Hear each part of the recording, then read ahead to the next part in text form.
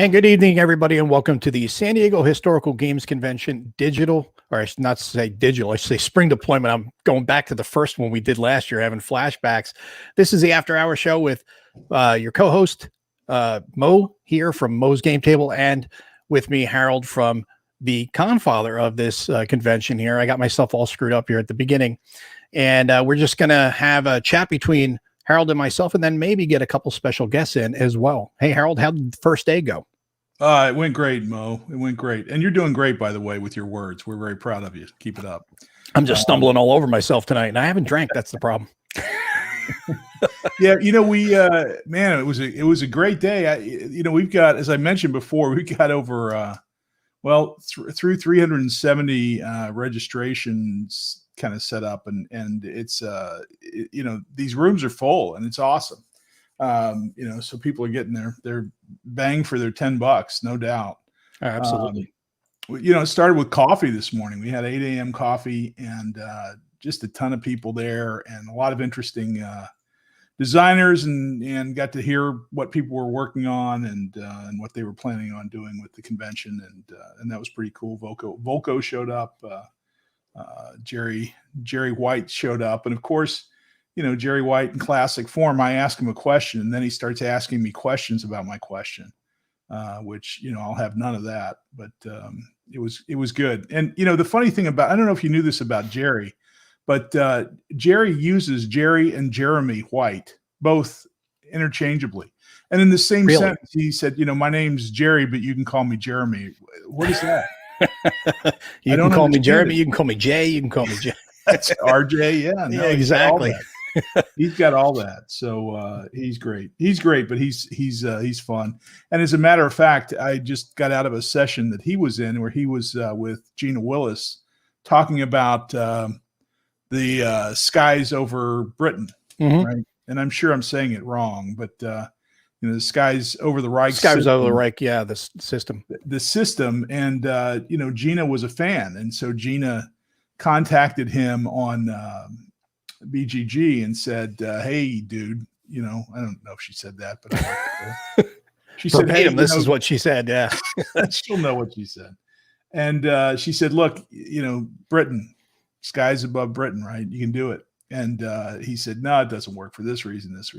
Thanks, and appreciate your thoughts." So then she goes to one of the GMT events and shows them, and they all fall in love with it. And so Jerry has to respond. So they've been working together on it, and he now admits that he was wrong, which is something I try to never do. And he and they're working on the skies above Britain, which is so cool. I don't skies above the Reich is I'm sure it's a wonderful game, but I just shooting down American bomber pilots and crews is not a very enticing game for me. I will be happy to be a British fighter pilot, though. So, see, that type of thing does bother you, huh?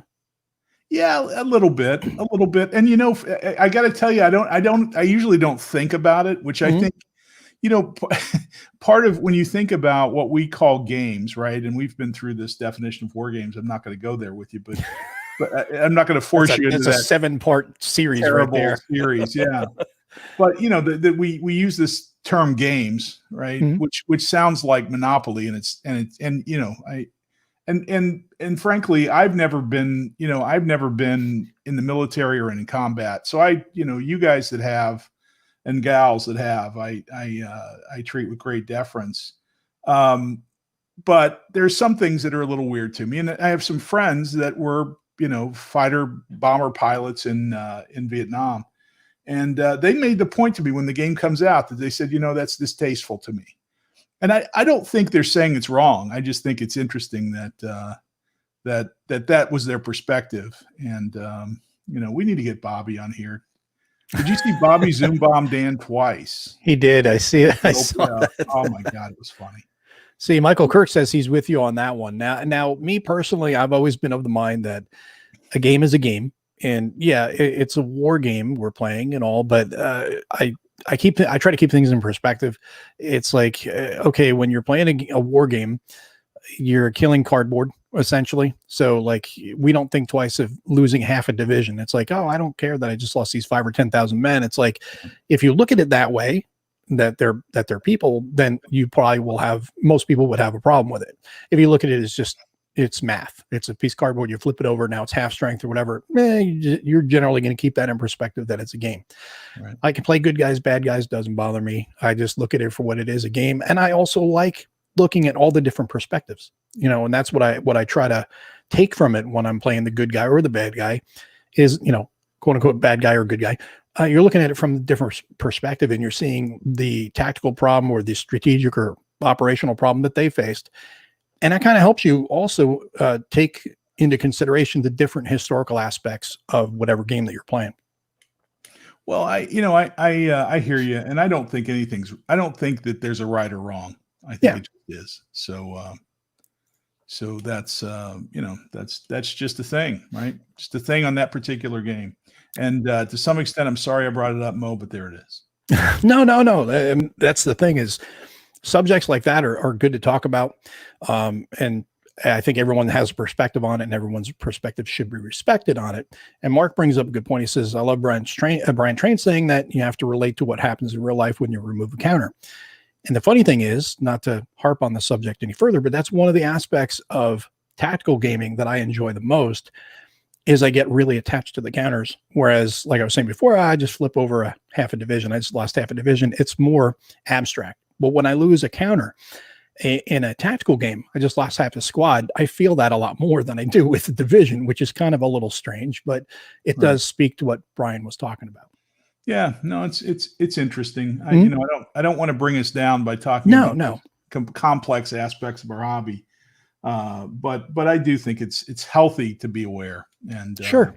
And as I said, I hadn't thought about it until I had some friends that told me that they were sensitive to it, and it made me rethink it a bit.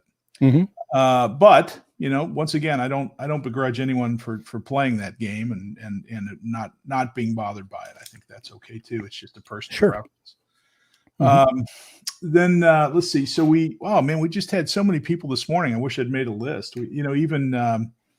Let's see. David Thompson talked about what he was going to do with Undaunted. Mm-hmm. And we talked a little bit about reinforcements, but I didn't realize he was showing that for the first time at the convention. Oh, cool. So that's pretty cool. Yeah. And nice breakout. World exclusive.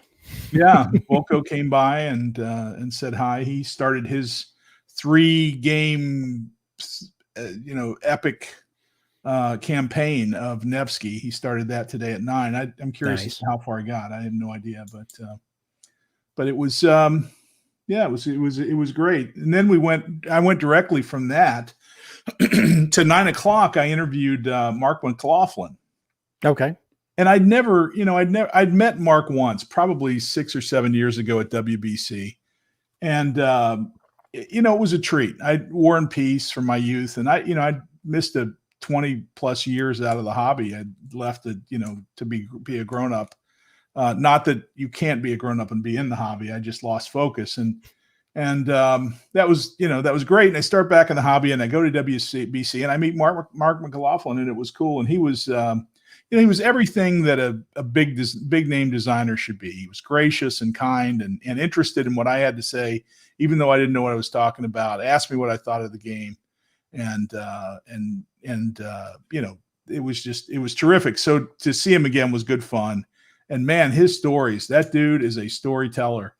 He meets me in the podcast interview, right? And we recorded it, so it'll be on both the Harold Buchanan YouTube channel, but it'll also be the podcast soon. And he was wearing a uniform, right? Mm-hmm. So Napoleonic uniform. He and had a hat that with the plume and the feathers. Oh, nice. And I said, that's awesome. And he said, well, I actually wore this in high school. and wow. He went to a military school, and this was a part of his uniform. Okay. So that's where he started. He was brilliant. Good fun to talk to. My response to that would have been, you wore that in high school. Meet many girls? Was it a chick magnet or something? Or It's like, that's not what you'd expect to wear in high school. No, those are memories long gone, I'm sure. But he was good fun, and I'm excited. He's got War and Peace is come out in a new edition, and it was funny when I met him at WBC so many years ago. I said, enjoy your War and Peace. I only play the scenarios, and he said, yeah, that game was never designed to play as a campaign. And he talked about that today. He said that they stuck the campaign on at the very end with really? Because somebody asked for it, right? And they it was terrible. But plotting out the Napoleonic era as two players, I can't imagine a campaign that covers the whole Napoleonic era and accurately reflects. Well, somebody that might know about Napoleonics that might want to talk about it. Mr. Bruce Garrick. Welcome, Garrick. Bruce. Hey, Bruce. Napoleon was that guy in the Eastern Front, right? Exactly. Field Marshal, I think. That's right. How's it going, Bruce? Good. How are you guys? How's the convention? Not too bad. Going good so far. It's going great, man. It's going great. I was talking, I interviewed 3 people today. I'm exhausted. I interviewed Mark McLaughlin, Ted Racer, speaking of East Front. And then I interviewed Jason Matthews. Oh, wow. So it was terrific. Yeah, very good. What's going on with you, Bruce? You've got an event coming up tomorrow, I believe. Yeah, I'm going to teach everybody how French-Canadian war game design is really at the top of the state of the art. I would say it's state of the art, yeah. The No Retreat series. Yeah, I'll be talking about that. I made a PowerPoint for people. This is how serious I am about wargaming. Is that wow. When PowerPoints come out about war games, then you're just you're in for it, and you're going to be in for it. So we'll talk about No Retreat. We'll talk about why the series is so good, why it works particularly well for the Eastern Front, and we'll go from there. Are you wearing your Wild Weasel uniform? Is this what Wild Weasels wear? Yes, it is. As you can see, so what happens with the Wild Weasel? See, this is very distracting, and it interferes with target acquisition. Yeah. So that's what happens here. Oh, very good. Yeah, I can feel the ECM coming off that show. Oh yeah, definitely. No, you cannot lock on when I'm on the podcast. You can't do it. So it's really amazing. Yeah, I have never been targeted by any kind of air to ground missile. Anything like that when I've been podcasting, which clearly accounts for the high quality of the podcast. Right? Could it be the nap of the earth? Yes, nap of the earth. Yeah, you definitely. Yeah, you don't want to. You don't want to. Get too high up because then the radar sees you. So what's up with you guys? I mean, look, come on. You guys are you've got this convention. You've got. Has anyone played a war game? Did Volko do any of his crazy stuff today? Volko started his crazy stuff. All right. He's doing a 3-day marathon of Nevsky where he's playing for 3 hours over 3 days to play an entire campaign. Yeah. Have you played Nevsky? Oh yeah. Definitely played Nevsky. I even had what, I don't know, what do you call it? I wrote a review of Nevsky, which Volko didn't unfollow me. So I guess it was okay. The thing that I really find confusing about that game is the way in which conveyance works and the way you have to turn your carts into boats and then where stuff. We had a game where we were playing and we had all these carts and boats and we're moving around, and then like halfway through the turn, my opponent's like, I couldn't have done any of the things that I did. And I said, well, why not? And he said, because I need boats and I had carts, but I was still moving across the place the boats go. So it's just completely, it just, the mechanical sort of the constant switching of kind of paradigms and mechanic. I think there's something to that we just didn't quite. There was a heavy cognitive load, and as Harold knows, Mo, you may not be aware of this with me, but I can't handle a heavy cognitive load. So, it was so much sort of reorientation. And I'm counting on, okay, so I got to go here. I got to take this guy to go here. And he's got to have, I guarantee you, I did more thinking in that game than Ivan the Terrible did in his entire reign. It was just amazing. So I feel like there was an obstacle in that game for me. I would love to, I need to pop in. He's doing that tomorrow, right? He's doing it tomorrow at 9 a.m. Okay. I need to get up. Yeah. Well, that's the only time. I need to get up and see him do that, because I'd love to see how he does that stuff. I think he allows the crowd to manipulate the pieces, so he may guide them. He may help them with the tipping point between, what was it, carts and boats. Mm-hmm. Yeah, but I think he lets the crowd play. So do they have to follow the rules? He's there. Yes, he enforces it, and if they don't, he will kick them in a minute. So he starts off with 50 people, and then they start violating rules. He ends up with about 6. it's like the Hunger Games by the time it's done. That's right. That's right. It sounds like it's a relational issue for you. Carts to boats. You just have to make that thing. It's like, okay, I got the cart, and I got to take the wheels off the cart and make it go floaty. And that might be how you have to remember that. There's a Euro game in that somewhere, just in the carts to boats. There you go, carts and boats. Oh, what happened? His device dropped. You need to be nice to him, Mo, because he's really sensitive. I think his cart just popped a hole in the bottom. And he was in a cart and he needed a boat. Yep. So the cart and the boat just didn't work there. You having some bandwidth problems there, Bruce? Audio's not working. Wow. I swear this is I know what it is. It's user error is what it is.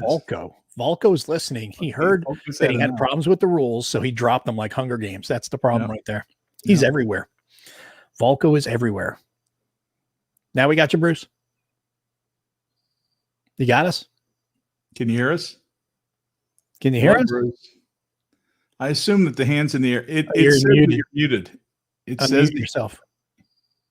Still can't hear you because you're muted, Bruce. Unmute, Bruce. I feel like I'm helping my mom on Zoom. Let me see. I'm going to see if I can. Bruce, if you can hear us, you're muted. There's a mute button somewhere that you need to push at the bottom. Okay, all right. I'm going to do is now it says you're not muted. Okay, there we go. Can you hear us? No? No, can't hear us. Oh, wow. What happened? Let's take a look at his thing. So we've got now this, just like in the Discord, we have issues with, let's see. Nope. He looks like he should be good. This is like an episode of Wild Weasel. Yeah. Where it's just Bruce and a bunch of space sounds. Well, this would be good. He can iron out all his issues before doing No Retreat. That's right. I think this is only increasing the draw of No Retreat. Is Bruce unable to operate? Whoops. This one. I like this one. Yes. Too much ECM. Yeah, too much ECM. That's awesome. Well, maybe Bruce can just be pretty, right? There you go. And then Bobby's getting the blame. Yeah. Everybody's getting the blame on that one, but at least he did have better focus there, which was good. But he's gonna, I guess, hopefully try to get that resolved and join us back. But yeah, it's funny though. You sound very confident in that, Mo. Well, you always have to sound confident. That's you have to sound confident. Yeah. But the funny thing is, though, he does bring up a good point. When you're playing a game, sometimes mechanics like that don't make sense to everyone for various reasons. That's why I said a relational issue, because I try to do things like that and it will sound stupid, but I'll do something like, I got the cart and it's got the wheels. Oh, now at this time I got to take the wheels off and push it in the water to make it go across. That's how I'll remember things like that, just internally for myself. Otherwise you can make mistakes like he was talking about, and you're kind of shortchanging yourself where you're like, oh crap, I didn't do this, so now I can't do that, because you didn't have that relationship between the two. Yeah, I think, it's, if you just look at those of us that like to play OCS and those that don't, right? It's just sometimes that supply chain just gets a little bit old. Yeah, that's why I don't think I'd ever get into OCS. I took a look at it, but I was just like, There are supply guys for that. Just tell me where to go shoot people. That's what I like. I like the action. So, that was one of and I can understand the attraction to OCS, and it does make sense. And I do like supplying games. I just don't want to be bogged down by it. I'd rather just be into the, getting into the action. Well, I'm looking forward to the BCS series, we'll see how that goes. But maybe a little more combined arms focus and a little less supply focus. Yeah, that's where something like Next War series is just fantastic because it's all about the action. There's supply in there too, but I really like how when you take a city, you still have to root everybody out of the city. So it's not like, oh, you just like in every other game, it's like, oh, in all operational games, oh, I'm in the city, I control it. Oh, hell no. You got to clear out the city first before you control it. Right. So I like the little things like that. Yeah. Yeah, that's pretty cool. Mm-hmm. Yeah. So let's see. Alan said something about War and Peace. I used to love War and Peace back in the day. And like I said, I told Mark McLaughlin I enjoyed playing the scenarios, and he said, it was designed as the scenarios. Yeah. That's what it's there for. And he said that, over the, 20 or 30 years, 30 plus years since it was originally published, that a lot of players designed functional political systems in a campaign. And I still don't really understand how you make a good campaign game out of the Napoleonic Wars. I mean, there's just too many different directions. It was all so political and so weird, right? Am I going to side with Napoleon, or am I going to get crushed by Napoleon? And can I side with him for a turn and recover and then attack next year? And it's just an odd, right? I mean, it was a very interesting time, but one that's really hard to model. So I'm interested in seeing what it looks like, but I'm also a little skeptical. He also pointed out, 10 years. 12 turns per year, 120 turns with that big map. And the map now extends into Italy, which it didn't before, which I'd forgotten about. So, the campaign game could be a beast. Could be untamable. Yeah. That would be a WBC game. Yeah. So he said that he's going to add, he did add, and frankly, I think this is the second or third printing of the newer game. And so I'm looking forward to seeing that. The other thing we talked about, and I was hoping we'd have Bruce to talk about this, but the other thing I wanted to talk about with Bruce was the Napoleonic Wars, right? The GMT game. And Mark McLaughlin said that they're working on a reprint of that, which will be awesome. Oh, wow. And that's one of my favorite 4 or 5 player games. I enjoy that game with just a bunch of people and, trash talking and, the French crushing everyone on their turn. And, that game's a great game. And it has has that sudden death dice roll that some people can't stand, but I think was very elegantly designed. He set it up so that there's a dice roll at the end of every turn, and the French could, if they capture enough, whatever the points were, I can't remember this, the critical spaces. I'll think of it in a minute, but resource points or something. They can roll and potentially win the game if they make their roll. And it's like a 1 in 6 chance. Yeah. But the other, the allies can reduce the probability by giving up a card. And it's really simple. You just give up a card and you move it to 0 out of 6. And the French can add another card, right? Make it 1 in 6. But if enough allies give up cards, and it's cards out of their next hand, right? Their next year's hand. Yeah. And the problem is that nobody wants to give up those cards. Yeah. And so, players won't give up the resource, right? And that's not in a derogatory way, but that's greed, right? We want our resource because we want to be able to fight the next turn.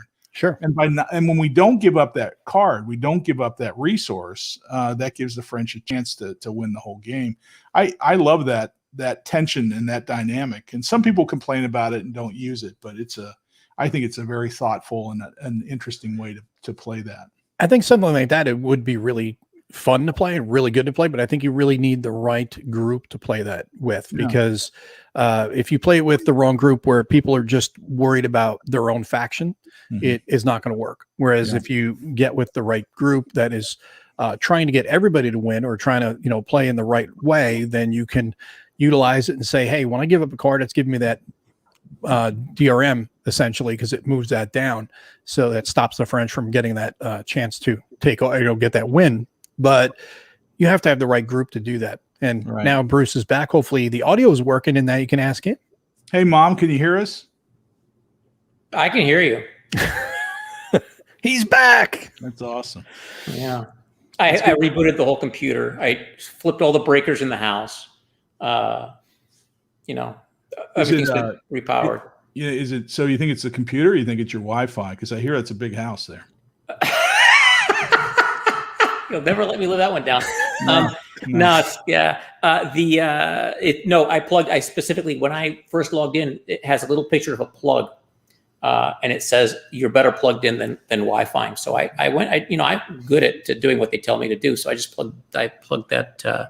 2 spin-offs of that Wellington. Oh, Wellington could choose. So those games, those are whammy card games, man. Those are just. I told you he was fired up about this. I told you he was fired up about it. I mean, those. Yeah, I'm not a. Napoleonic Wars. You don't like it. I don't think it works with that. I don't think those systems work. I don't think I don't think they make any sense historically. Those like the Napoleonic War, like the what Mark McLaughlin's game. I don't think. I mean, they could be great games. So that's the thing. There's a huge difference to me between a game that is an interesting, fun game, like Reiner Knizia's Lord of the Rings, The Confrontation. Okay. And something that's really historical, because Lord of the Rings Confrontation is not historical. And I just don't think that, exactly. Well, that's why they're fun. Okay. I mean, I completely agree with that. I completely agree with games that can be fun, that are not, that give you no historical illustration. Yeah. You know, perhaps you could make it more clear, Bruce, by giving us an example of a Napoleonic campaign game that is reflective of the history. There's no such thing. Yeah, exactly. There are none. Yeah. Yeah. And that, you know, that's what I was talking to Mark about, right? War and Peace. The original campaign game was certainly not. No, it was broken. No, it was, and he said, you know, he admitted that. He didn't admit. He just said that we added it at the last minute. Yeah, somebody wanted a campaign. War and Peace is a great game. The scenarios are amazing. I mean, amazing. I think the 1813 scenario is one of the best 1813 games that you can get. 13, 14, whatever it takes. Yeah. But I think that was, you know, he said though that, you know, 10 years. And all of the political silliness that was going on, right? You want to side with the French so that they won't pummel you this year, or would you like to? Yeah, and it's just, you know, it's just a weird thing. I think the Napoleonic Wars is a 5-player game, is a blast to play. And can I criticize you a little bit, Bruce? Well, it depends. I'm going to. All right, I'll tell you. My clothes. I mean, I can take that. Go. What do you got there? What do you got? No, here's what it is. I think that is a lovely game and a blast to play. And 4 or 5 people around the table, it is just a premium experience. Where's the criticism? Right? What's that? I thought you were going to criticize me. Yeah, come on, but your history argument against that game ruins it for you, and you can't play it because of that. Right? I don't know. I don't know what to tell you. I don't know what to tell you. I mean, I'd rather play something. So, I mean, not everybody has infinite time. I don't know, Harold. Maybe Harold does, because he can just buy it.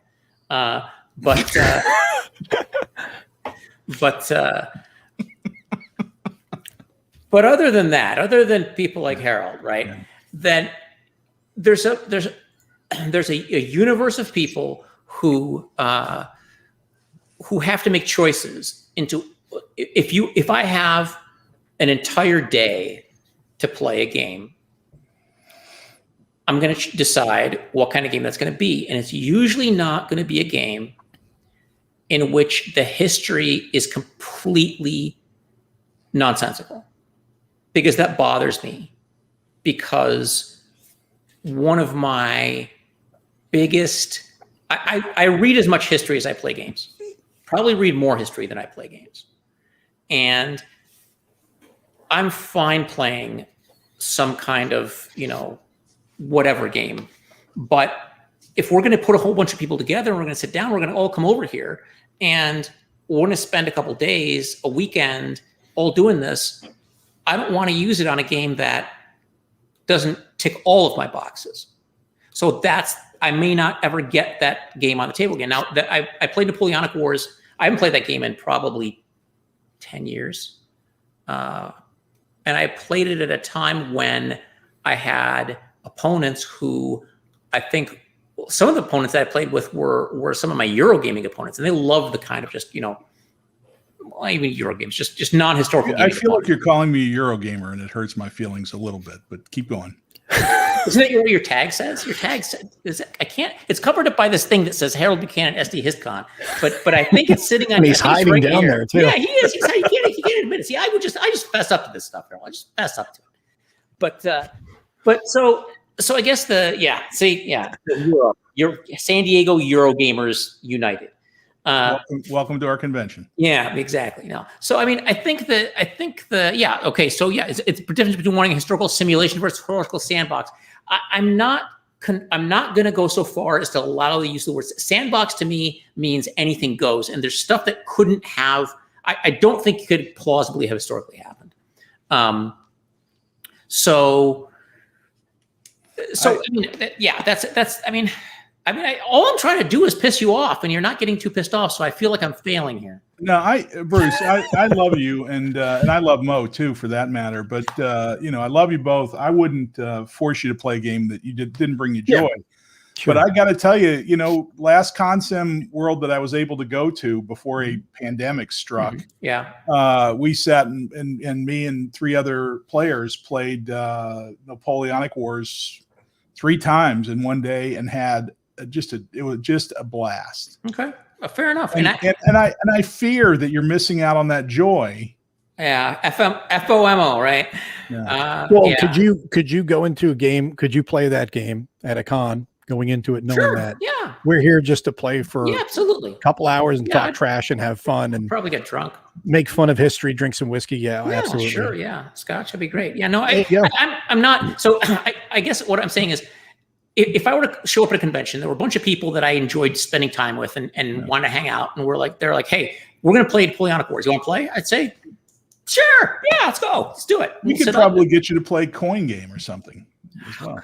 As long as it's not that one of those games by Herman, because those are just, I don't think, does he even know history? It's really hard to say. I feel like it's so just divergent from anything that I even know about. So I heard that he's going to send you the Pacific War signed. He better. You'd like that. Yeah. I hope he signs it Tojo or something. And he expects you to play the campaign too and do an AAR, do a video series like you do. How accurate does a model have to be for you, Bruce? How accurate does a model have to be for me? How accurate does a model have to be? It's demeaning. It's demeaning to me when you repeat my question twice. Well, once again, just making sure the question was accurate. So I used to have when I was in residency. That was known as the Garrick stall. When I would seriously, like, we would be up there and one of the attendants would say, Bruce, how would you approach this tumor? I'd say, how would you approach this tumor? How would you approach this tumor? And they'd be like, don't repeat what I said. Just answer my question. Say it. So I can't answer that question, because how accurate does something have to be? You have that clear dichotomy, right? Where you're asking how. I have to have interesting decisions to make, right? I can't be just. It can't be like an interactive movie where I just click on the next cutscene and it's like, oh, now Nay's left attacks and now whatever, right? Mm-hmm. You have to have decisions you can make that make sense and that are plausible. So I don't want just a historical walkthrough. I mean, that's not interesting to me. But yeah, it's really tough to say. I guess it depends on how much I've read. It's Well, I not was going to say, binary. does it depend on how much you have a Yeah. connection to that piece How of much you history? know about it. Yeah, because sometimes you can just fool the heck out of me because I have no idea what I'm doing. I mean, if you showed me a game about the Boer War, I'd be like, oh yeah, they had hover tanks. I didn't know that. Yeah, that's interesting.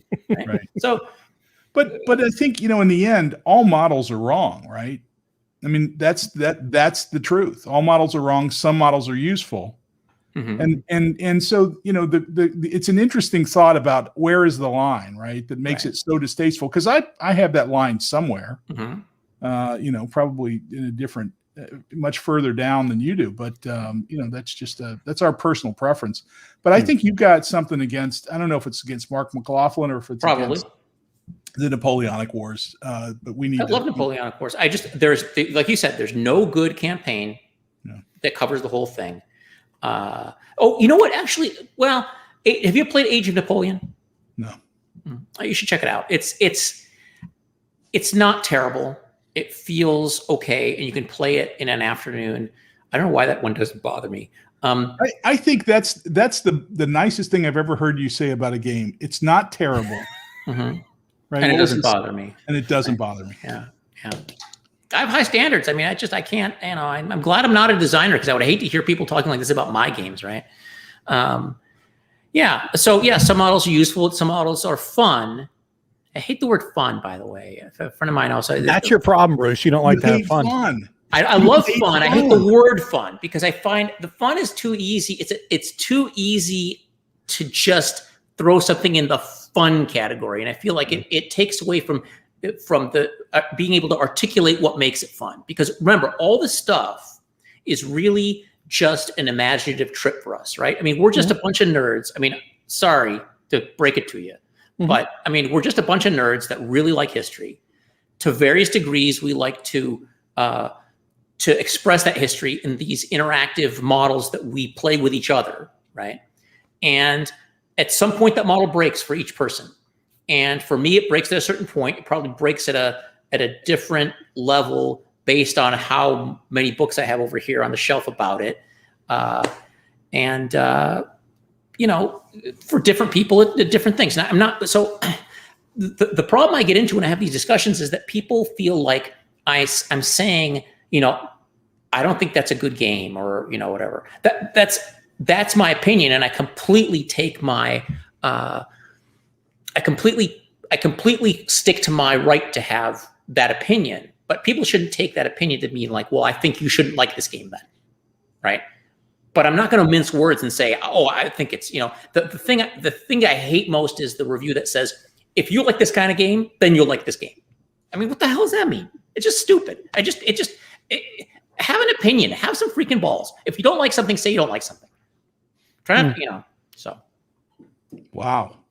I didn't realize you didn't like fun. That's the other revelation. I don't like the word fun. I love fun. I love enjoyment. So then how do you express that then? If you don't like the word fun, how do you say you're having fun? That means that I have to express about a game a more specific, a more detailed expression of what I'm enjoying.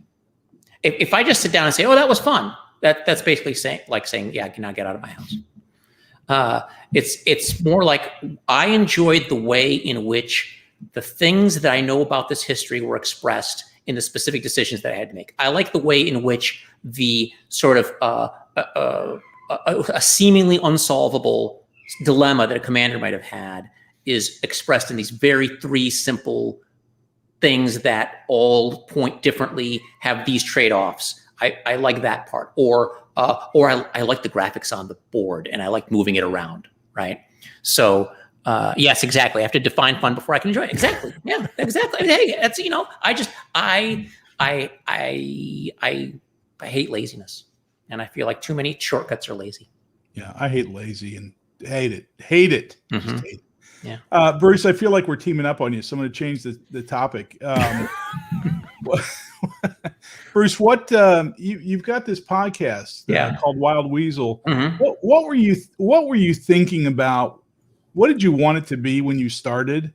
And have you transitioned it? And I've even heard. Let me go a step further. I've heard you talk about potentially a new format with your podcast. So I think that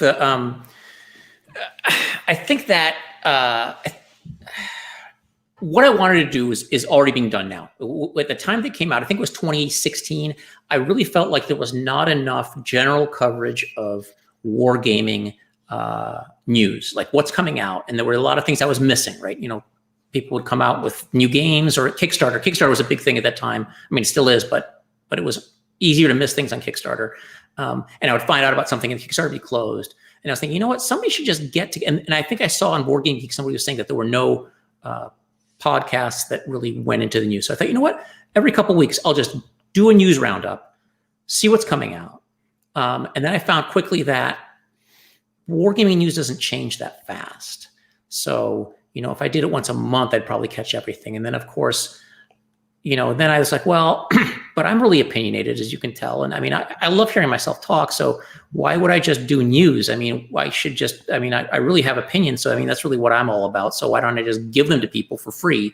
You know, and I'm not forcing them to listen to them. They can just, you know, you punish yourself by listening. So, so that was the main thing was the news. And then, you know, we've got a whole bunch of people, you know, that all probably attending this convention, who are doing it much better than I am. They have more time. They're more dedicated to getting that out. I think I felt like it just was more than I really had time for, just given professional constraints and everything like that. And so then I decided I had to decide whether it was worth continuing, because there was a point where I think I went a year without a podcast, and there's another time where I almost went almost a year. And I decided that I would like to have more, I still had things to say. And so when I wanted to say something, I'd do a podcast, but there's no point in having all this weird, you know, all this extensive news, where I think there were a couple episodes where I spent like 40 minutes just going through every freaking thing. And nobody needs that. I mean, you can tell you read Gene's GMT newsletter. I don't have to read GMT's newsletter to you, right? I mean, you've already read it by the time you're listening to my podcast. So what I think I'll do is, there are things where people aren't hearing. But there's an interesting game I just bought. There's a game from the Snafu team in Spain that did a board game about the Japanese invasion of Anbon in 1942, which I think is just amazing. Something that's not been covered. So I thought maybe I would just start doing maybe little known, like stuff you haven't heard of. And I think that news will be less frequent, because, I mean, the stuff you haven't heard of isn't coming out that often. But I can sort of pick up that sort of be the sweeper behind the back four kind of thing. If you, I don't know if you play a game called European football. It's different from American football, but I don't have time to get into that right now. So do that, and then still have interviews. Guys, really like talking to people in the hobby. But then, of course, Harold took that over. I mean, he's talked to everyone in the hobby at least 3 times now. So, I mean, there's nobody has anything to say. I mean, it's just like, well, you know, I say, hey, you know, do this. This actually happened once. I emailed somebody and I said, hey, you want to get on my podcast? He's like, yeah, I already talked to Harold, but I guess I could talk to you. Like, oh, okay, well, fine then. No, I'm glad to know that the world's aligned as it should be. You know what, though? I miss your podcast, because the one thing I've always thought about your podcast is not only is it informative, but it's fun. So I really dig it. You got me there. Wow. You guys are just, you said you were going to team up on me, but you just did. It's fine though. No. It was a zinger. I get you. We do love the podcast. So seriously, and we really enjoy it. And the more voices, the better. I'll continue to say stuff, because I do it. Like I said, I do have things to say, and I do enjoy criticizing things, because I think one thing I can do in the hobby is be the grouchy old man who's like, I didn't like this. I think this was dumb. Never heard Carl Fung. Yeah, well, now Harold's just gonna be like, oh, Carl Fung, write that down. Okay, I'll say Carl Fung 2 seconds. Yeah, he'll have Carl Fung tomorrow. So you know, I think that I'll just be the guy that criticizes things, and people can be like, oh, that's just Bruce. He's just pissed off about something. See, you're the grognard that screams at clouds, is what you're saying. Yeah, or clouds, or windmills, or counter clippers, or the giant oversized counter clippers. I don't know. Well, that's the interviews, the discussion of new games that aren't on everybody's radar screen. And I think your critical analysis is always interesting, and to me, that's the best part. So I hope that in the next Wild Weasels to come, we'll see some critical analysis. I love it when you tell people to F off. Well, I hope that's probably, a regular segment. well, you got to find. So I found the one person that I think I needed to be told that. If you can find somebody else, I'll be glad to tell them, as long as I agree that they need to be told. Oh yeah, well, yeah, you keep going the way you are there, buddy. No, so and criticism. I think criticism is a thing that takes a lot of effort. I've been doing. I've mentioned this millions of times. I even mentioned it on somebody else's podcast, saying I'm going to do this thing. I'm trying to do this Eastern Front sort of analysis, and it is freaking hard. You've got to, there's so many ways these games relate, and to do it in a way that that's coherent, right? I mean, I could just, that's the other thing about Wild Weasel. It takes a long time. I have to have a script, because I feel like I don't like to hear I love to hear myself. I said that, but I don't like to hear myself ramble. It bothers me. And so I feel like I need to know what I'm going to say, and I need to be smooth about saying it. And there have been some Wild Weasels where there were like 10 takes of a certain section, because I'm just not I don't want to trip over words. I want something that's very smooth and very produced. And so it takes some time. And the videos, I did the Dien Bien Phu videos, which I really enjoyed. I wish I could get back to that without having to. I kind of bit off a little bit more than I could chew. I started doing this French analysis of France 1940 games, because there aren't that many. And the problem is the historiography. I'm like, I'm sort of up on the Eastern Front historiography, but I went to my bookshelf and I'm like, I have maybe 5 or 6 books on France 40. And I'm like, I haven't read some of these. I haven't read in like 20 years. And there's like William Shirer, Collapse of the Third Republic. I got to read that. Again before I can do this. And I mean, that's going to be like a month. So by the time I catch up on all the historiography, all the things I want to do, I mean, it's already there, I'll probably be the best read guy who's never actually said anything about the stuff that he's read about, because he was too busy reading about it. But what you bring up is a good point. When you're going to talk about a game, if it's going to be a review or just not necessarily a review, but you're going to be doing an analysis of it, there's a lot of effort that goes into the content creation to begin with. And then when you want to get that detail, that into the nuts and bolts of things, you really have to know the subject. You have to know the rules of the game as well that you're talking about. Yeah, you have to. Yeah. You could be screwing a rule up and people go, you're doing that wrong. That's probably why you think it really sucks, because you did it wrong. Stuff like that. As soon as you make any rule mistake, even if it's the most trivial mistake, they'll be like, oh, he didn't know how to play the game. But that's fine. I don't care if people say that, but I do feel like the designer deserves to have me play his game right if I'm going to criticize it. And even if I think it's a great game, I should be playing it right? I mean, it would suck to play a designer's game wrong and be like, wow, I love this game. And he'd be like, well, that's great, but you're not play it right and to play it a few times, right? Right. A few times, and opposed. I will never review anything that I haven't played with against another person, because you play stuff and you sci-fi war games. I have a point about that. I have a whole half of a video done on sci-fi war games. But there's some technical issues that involve camera work that is not quite Tarkovsky level that I have. I was trying to redo a scene from Tarkovsky. There's this great scene in Sacrifice where he's looking at Russian icons, and I had this idea where I have a book of sci-fi of spaceships, and I was like, I'm gonna do what's his name, Erland Josephson sitting in his chair doing the Russian icon scene. But I couldn't get the camera work right. And I've got all these takes, and I spent probably an afternoon on it, and I don't know, but whatever. The camera work is an important part of a video. Yeah.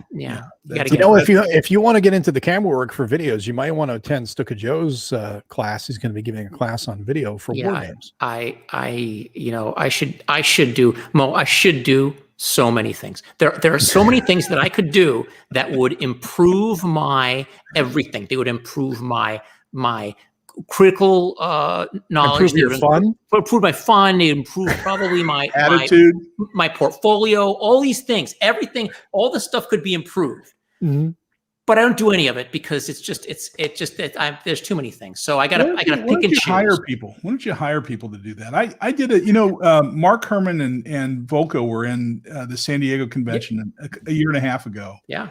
And we hired some professionals to come in and record them playing, and they edited it, cut it. It was great. Yeah. Beautiful. On my channel now, if you'd like to see it. Yeah. Oh, I know. I've seen it. I watched it. I watched the whole thing. My favorite thing about that video, by the way, was that you just had Ananda Gupta just shows up. And then John Butterfield. Mark Simonich walks by. People walk, all these luminaries just walking by like, oh yeah, that's a good move there. Yeah, that's good. Yeah.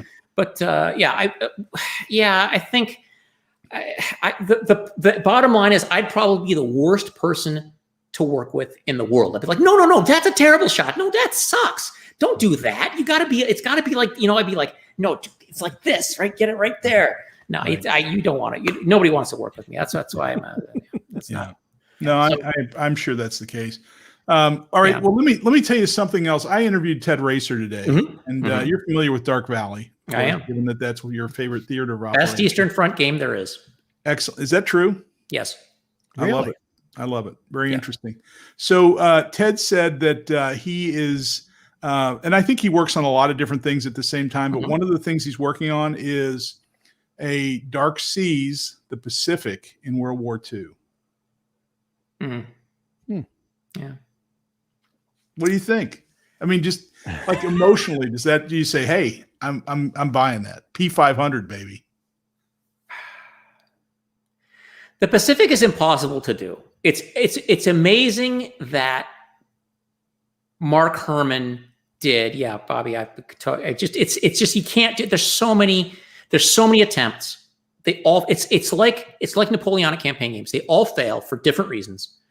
The fact that Mark was able to do that, I think, is really, I got to bump it up a few notches on the war game achievement list, because the fact that Mark was able to put together such an amazing game in Empire of the Sun is it's stupendous. It's so impressive. I can't, that's the level. You have people like me who don't know how to freaking design things. Then you have the people who know how to design things. And then there are people that are good at designing things. And then there's the people like Herman. Then there's some other people. I don't know who they are, but then there's Herman, right? And you're just like, I don't even know how you came up with thinking of this idea of the way you're doing this, but it's amazing. Like Jeremy White, for example, like Atlantic Chase and Skies Above the Reich. I mean, those are fundamental ideas that I could never have even conceptualized, right? Yeah, agreed. And they're in a box, and I'm opening it, right? And I think that the fact that Mark was able to do that is actually a poor prognostic factor for the success of any other game doing that, because I'm thinking of all the stuff. There's like Pacific Tide, the Compass game. There's a Victory in the Pacific, which, I mean, it's kind of fanciful, but it tries to do something. It's probably a good game. It's a good competitive game, but it's not a Pacific theater simulation. And then there's like stuff like the Avalon Hill, Empire of the Rising Sun. Then there's Dicenso. The Dicenso, the naval, the hex space naval rules just make they just don't work. There's just nothing I just can't think of anything else that works. So the fact that Ted is going to try, Dark Seas is great, but I just don't. I have trepidation. I feel like there's too many obstacles to getting that right. But I think there are a lot. I agree that there are a lot. I didn't mean to cause you trepidation by bringing the topic up. So just real world harm right here. Yeah. Yeah, I'm sorry. So you have my apologies. But Ted's pretty good. Ted's a sharp guy, and he knows a good game designer, and I think he knows how to get historical effects out of his mechanics. I think he did that really so well in the Dark Valley. I mean, the historicity of the Dark Valley is the best in any of the games I've seen. I recently played Avalon Hill's Old Russian Front against a friend of mine because I'm doing this whole thing, and that was actually better than I remember it. And did some interesting things well, and I'm trying to incorporate that into a video. I mean, who the hell wants to watch a video of board games that's like 2 hours long? I mean, nobody's going to watch this stuff. So I just feel like I'm kind of doing it, and people are going to be like, oh, that was good 5 minutes. But there's so much stuff in here that I want to address, but we'll see. The difference between good and poor wargame designers is the poor ones try to be simulationists, which make the respect the history. Yeah, okay, that's fine. I agree that you shouldn't try to simulate things and that you railroad the history, but it's. I guess people have too low a bar for respecting the history. I feel like too many people, for my taste, read a book. They're like, "Ooh, I'd like to make that book into a game," and what they didn't do was read the 500 footnotes in that book. That's actually my favorite part of any history text, by the way, is the footnotes, because what that immediately does is makes me buy 10 more books, because it's very important to me that I source the stuff that I'm reading, and then I evaluate somebody's sources. Now, I don't read German, so somebody says that something was in the Kriegstagebuch. I'm like, yeah, okay, fine, I guess I believe you. But I mean, if there's something in some Russian text, I'll go look it up and I'll see if there's if that's a real thing, or what the and then there's all this historiography. The latest issue of the Journal of Military History has article about the U-boat war that 5 new books that I'm looking at. So hey Scott, how you doing? So I feel like, for me, one of the reasons I would never design a real historical simulation or game model is that I don't know that I would ever feel that I know enough about the history to really do it. I would always feel that there's a little bit more, that there's some line of historiographic evaluation that I didn't get. And of course, you can't do that, because no game, no matter how well researched, is going to be, it's not Adam Tooze. I mean, you're not going to, that's a different discipline. Academic history, academic military history is a completely different discipline. You have to do different things. You can't just ignore stuff that you don't like, right? Which you can do in a wargame design, because if it makes it fun, right? Yeah. Then ignore it, right? I mean, don't make a bad game, a boring game, because it's too respectable of the history. Yeah, you have to make compromises as to what's gameable and what's historically accurate. And you have to find that balance of what you can overlook or kind of be soft with. And with that dark system that Ted does, it might actually work in the Pacific, because he can kind of control the different steps of the game with that controlled chit pool that he has, where you use only these chits and it will kind of script those steps, and then it'll come in different numbers. It won't come in the same steps every time. But then when you get to the next step, you take these extra chits and you throw those in the cup, and then it expands it out further. So he's staying within the history, but then he's also broadening it out to where things may not happen in a scripted format per se, exactly like they did historically. Yeah, I wonder how he gets around this sort of the tempo. I think operational tempo is a huge issue in games, especially, for example, North Africa games. I was just having Mo. I was talking to Harold about how much I like No Retreat, North Africa, and how the game breaks up a campaign into 4 maps, and you only have to play on 1 map at a time, which I think is again, something I could never have thought of. It's really genius, because how do you go from a map where on 90% of it nobody's doing anything, right? Yeah. But you still have to pay attention to, that guy in Alexandria is that guy in supply, right? And then North Africa, No Retreat North Africa just says, well, just don't play on those maps. Here's the map that you're fighting over. Here's your supply. Here's what else does that? Italy does that. So these are all I think ways of addressing. There he is. So No Retreat, North Africa. I think it's a brilliant game. I think a lot of these systems. I bought this last week because Bruce and I were talking about the No Retreat system, and he was sharing his enthusiasm for it. I think it's a great system. I haven't played. Well, it's not out yet. The Normandy No Retreat, but I have the Polish and French. Mark Harmon and Butterfield know exactly, elegantly abstract the history. It's super fun to play. That's the thing. You have to know how much to abstract the history, and I don't think you can do that very well without really knowing the history. So I set a high bar for stuff, and a lot for that reason. A lot of they buy, but then they buy another game. This reason, and let's be a back loop. Yeah, that's true. That's true. Although I will play the game, I will play it. Often be disappointed. So Yeah, the what if. Yeah, if you go too far in the what if, that's what there was a question earlier about. What do I think about prospective future conflicts? And my answer to that is, that's a really tough one. There were some games that I really liked. Berlin '85, an old SPI game. China War was a Soviet Chinese sort of putative conflict. That was like 1980. It might be that I reacted better to those because I was a kid and I sort of took these things as gospel, right? That this is a game. These designers know everything there is to know in the world about these things, and so therefore it's right. Now I might be like, what the heck are you even thinking? But I've played Next War Poland. I played Next War India Pakistan. I find them interesting. I think they have a lot of good historical research behind them. I think that they happen to have the same assumptions that I do. That's very convenient for making me like a game, right? Is if you have the same assumptions that I do. Congratulations on that. Hope Harold's listening. Well, what about games? There's been a big influx of games and continues to be of the hypothetical World War IIIs in the 1980s between NATO and the Warsaw Pact. What do you think of those? Because now there's a lot more accurate information for orders of battle and weapons use, and the reliability of the different platforms and stuff like that back in the day. Whereas back then there was this big Soviet bear that everyone had a fear and everything else. And now we know better. And what do you think about revisiting those with better data?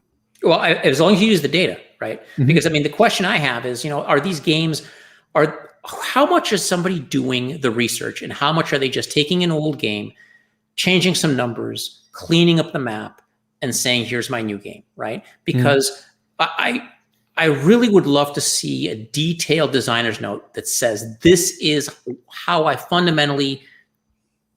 think this game is fundamentally different from a game that would have been designed in 1985. Because I have this information, because remember when the Poles released those Warsaw Pact plans, those invasion plans? It was back, I can't remember, was it in the 90s or the 2000s? It was a while back. The Poles basically said, look, here's what we had as far as attack Their plans. war plans, yeah. Yeah, the war plans, yeah. And I don't know, have people, the question is, have people translated that stuff? Have they actually incorporated it, or have they just gone to Wikipedia and looked up a few things and like, oh, this looks like it's different, right? I mean, as I said, I have a really high bar. If you're making a game where you say that you're using new information, I want to see what that new information is. I want to see your footnotes. But right? Bruce, do you think there's any chance that these guys are going back and doing that? I don't think it is. Well, then that's a real shame. And I think they can sell plenty of games. Oh, I'm sure they can sell games. Not you, but to others. But if your goal is to going back and critically redesign, Harold, I got some news for you. Okay, this may come as a shock to you, and so I'm gonna be very gentle about it. Thank you. But if you want to make a freaking boatload of money, don't publish war games. It's a nowhere road, right? So if their goal is to sell games because it makes money, then that's then that doesn't make any sense to me, because there's so many different things you could do that could. But there's a lot of reasons that people design war games, right? I mean, to some people it's to make money. I agree that there's no volume there, so you would design some other bit of software or something where you could really make some money, or anything else but war games, right? Yep. It's something with wider appeal. But people also design war games for the prestige and in this tiny community that we've all grown up in. There are reasons people do podcasts. It's not to make money, Bruce. So people do podcasts because they like to hear themselves talk. I do too. I like to hear myself. I don't know that. And they like the notoriety and the access. Right now, Bruce Garrett can call Mark Herman and say, "Hey, I'm going to come to Consim World and I want to play your game on Thursday." And what does Mark say? Okay, right? That's something you get from the podcast that you. I mean, frankly, there's no chance he'd play with you if you didn't have a podcast. He did the research.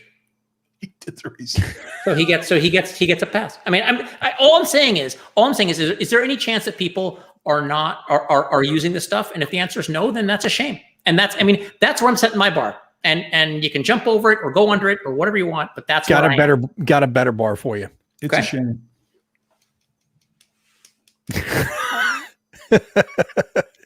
Chestnut wins right there. Yeah. I got a box the other day that had 3 war games in it, and my wife said, "Oh, what's in there?" And I said, "Oh, some games." And she said, "Don't you already have some games?" But these are more games Right. Yeah, Right. yeah. that I don't have. And I'm not going to play. Yeah. Fair enough. That's fair enough. Listen, guys, I have to. I told my wife that I would be on with you guys for a little while, and then now she's probably going to be like, "What the hell? You know, don't you have you already talked about games this month?" So it's one of those things. So But when can we expect the next podcast? boy, that's a really good question. So here's a preview of the things that I'm pissed off about in the next podcast. The Highway to the Kremlin reprint has some basic printing errors that really disappointed me.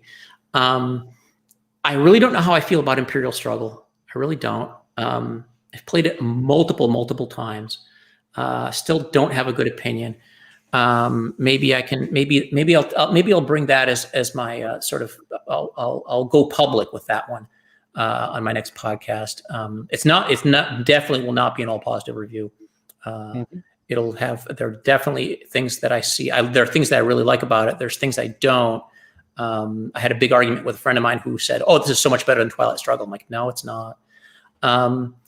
But it does certain things. Yeah, it's just so that'll be on there. But when is it going to be?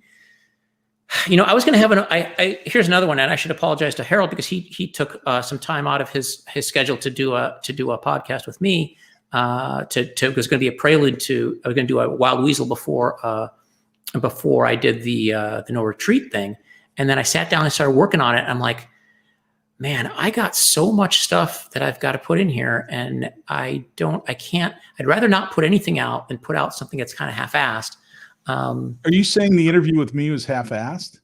No, the interview was great. It's you could have put the stuff around music, the space music. Hi, I'm Bruce. Mm-hmm. The interview with Harold, and then space music, and you're done. Yeah. That's that. Then we would have had a longer interview. I don't do like 20-minute interviews, Harold. So that will be incorporated. It's going to be after the thing comes out, but it'll be an interesting time capsule. But I would say, I mean, you know what? I'm not going to answer the question because here's what's going to happen. I'm going to say, "Oh, I'd love to get it done in a month," and then a month will come by, and then people will be like, "You said you'd do it in a month," and I say, "Well, you know, but whatever we going to do? I mean, come on, life's rough. Like I said, life's rough for everybody, and I can't keep to my the only commitments, the war game commitments I have are the ones I just keep breaking. So, but I have things to talk about. Yeah. Hey, we've been playing. A friend of mine and I have been playing Streets of Stalingrad still, so we have more to talk about that. There's so much good gaming out there, but I will be back to talk about it, and I do appreciate you gentlemen putting up with my ranting because I know it's ranting, but it's great. It's awesome. You know. It's great talking to you, Bruce. Always a pleasure. Mo, let's cut it here and head back to the after hours room for a cocktail. Bruce, good seeing you. You guys, and thanks, Mo. Appreciate everything. We'll see you tomorrow. Definitely. We'll close it out here for tonight, and we will see you guys tomorrow night on the last after hours show of the convention. Thanks everybody for tuning in. We'll see you tomorrow night.